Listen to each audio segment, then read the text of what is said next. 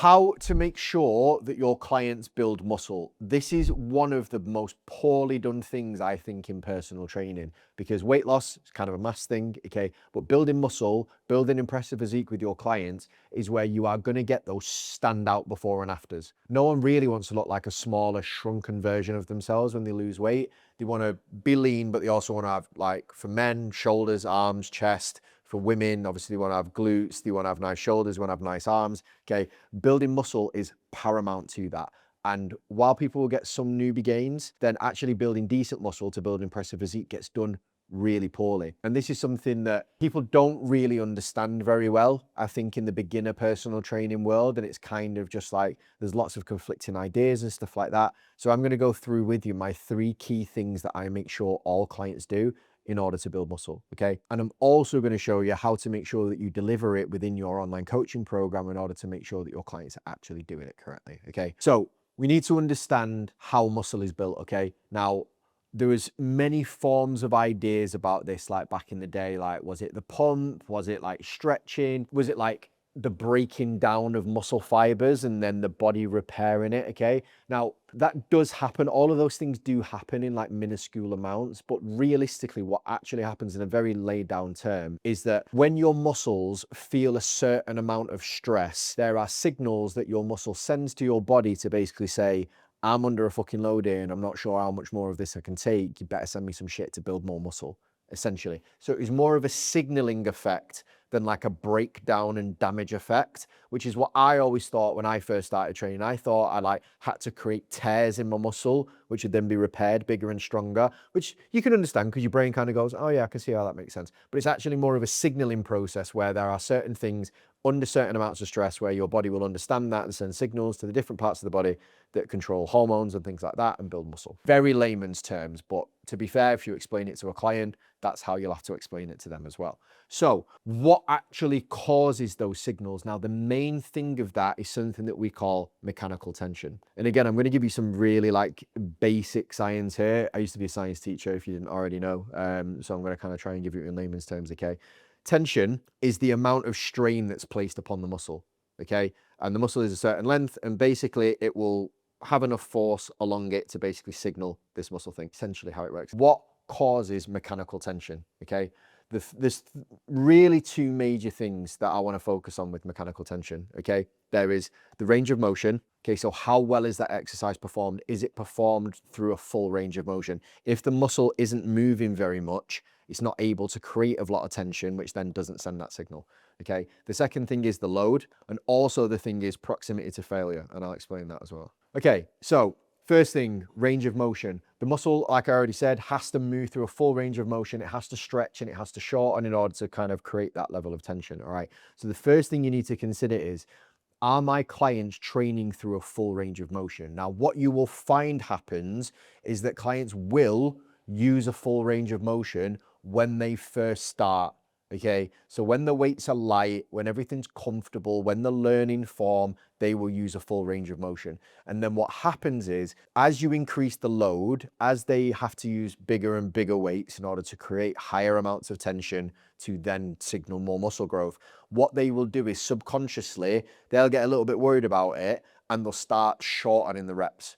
Okay, so a full squat will go to a half squat and then to a quarter squat. When they're bench pressing, instead of using the full range of motion on a dumbbell press, they'll start to shorten that cycle, okay? And the range of motion will get shorter and shorter. And therefore, even though the weight gets heavier, the level of mechanical tension doesn't increase, okay? And that's something that you will see happen. So you need to make sure that the range of motion is standardized. The way that I do this is that I would get your clients to send you videos of their form, okay? They don't need to do every fucking thing. They don't need to send you videos of every single exercise. What you need to do is get them to send what I call indicator exercise. These are the big compound movements that we are really going to push load on. For example, if I was looking at, right, I want my client to grow their chest, I'm going to really focus on their chest stuff. Maybe I'll program an incline dumbbell press as their main indicator exercise. And I'm in my head going, okay, if the weight on the incline dumbbell presses going up, if the form is staying good and they are pushing themselves hard, which I'll get to, then I know that realistically their chest is going to grow. And if you do all of this correctly, you'll be surprised at how many sets that you have to do this on. Really, like 3 or 4 sets is enough to stimulate really good muscle growth in a workout, and they will obviously train multiple times a week. So range of motion, form videos on indicator exercises only. That's for 2 reasons. One, your client doesn't fucking want to film every single thing they do in the gym. And the second, it's hard enough to get them to do it at all. So you need to explain the importance of this to them. And the second thing is obviously it creates a massive workload for you, which is not always useful. Now, if you see your clients in person, you don't need to get them sent videos. You can watch it yourself, but that's something that you want to keep on top of. Okay. If you're watching this video, there's a high chance that you want more online clients. Now, I'm not about to pitch you anything. You don't have to work with me, whatever. But we do have a 7-day sprint that you can get access to for free. Okay, this is the way that I launched my online coaching business before I even had a social media following or anything like that. Okay, and we implement this with our clients to generate anywhere from 5 to 10 new online coaching clients within a week of them joining. I've put this together in a free mini course for you to have, and it don't cost you anything. You will get 5 clients if you implement this, I promise. Click the link below, the link's in the description, join the 7-day sprint, get some clients in the next week. Now, if range of motion is consistent, the way you can increase mechanical tension, therefore increase that signal, therefore grow more muscle, is by increasing the load of the exercise, okay? More weight over the same range of motion, more tension, okay? Now, this again is something that people struggle with. I usually find, women especially, okay? What men will do is they'll definitely increase the load, but obviously the ROM will go down.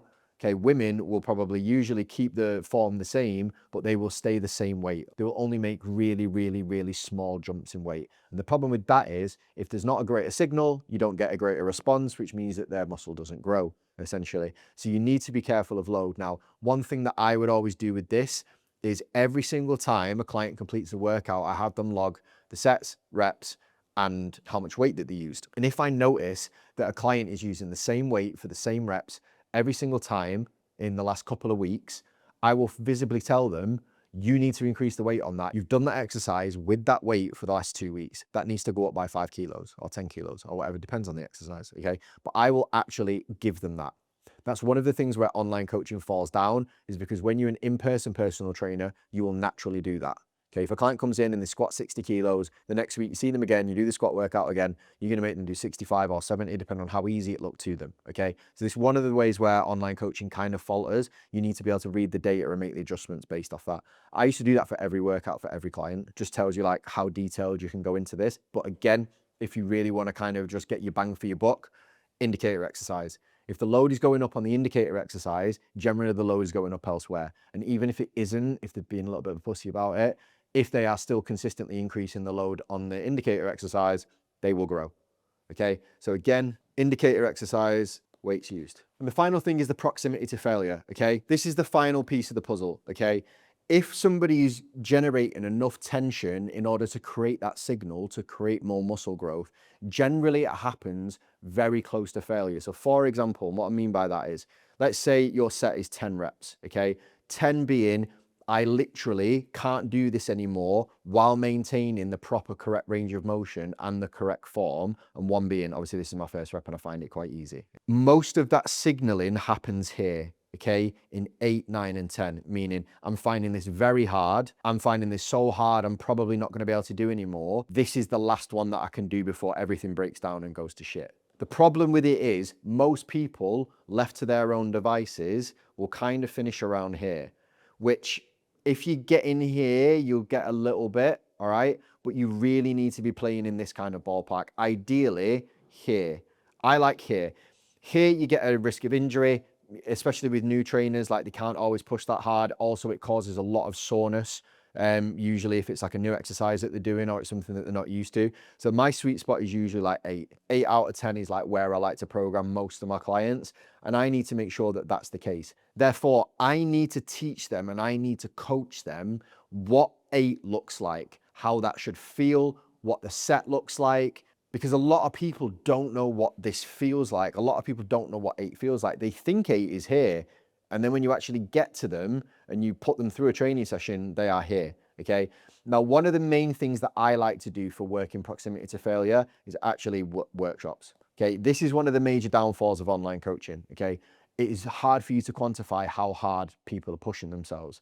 To make sure that this happens, I do like to see my clients in person maybe once every 3 months or something like that, just so I can put them through their paces and make sure they are absolutely smashing it. Now, if you're working with more like intermediate advanced people, they probably know how to do this. It's cool. You just need to keep reminding them that they need to be up there.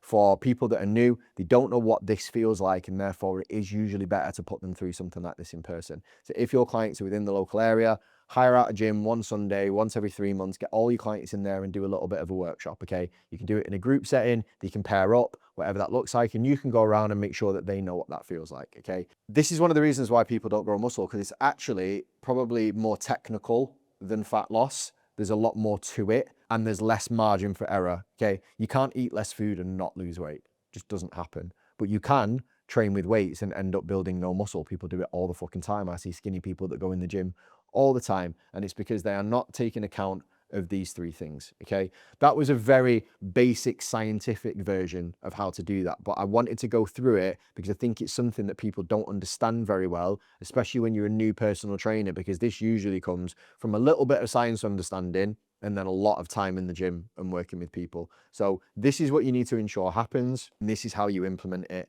within your coaching program.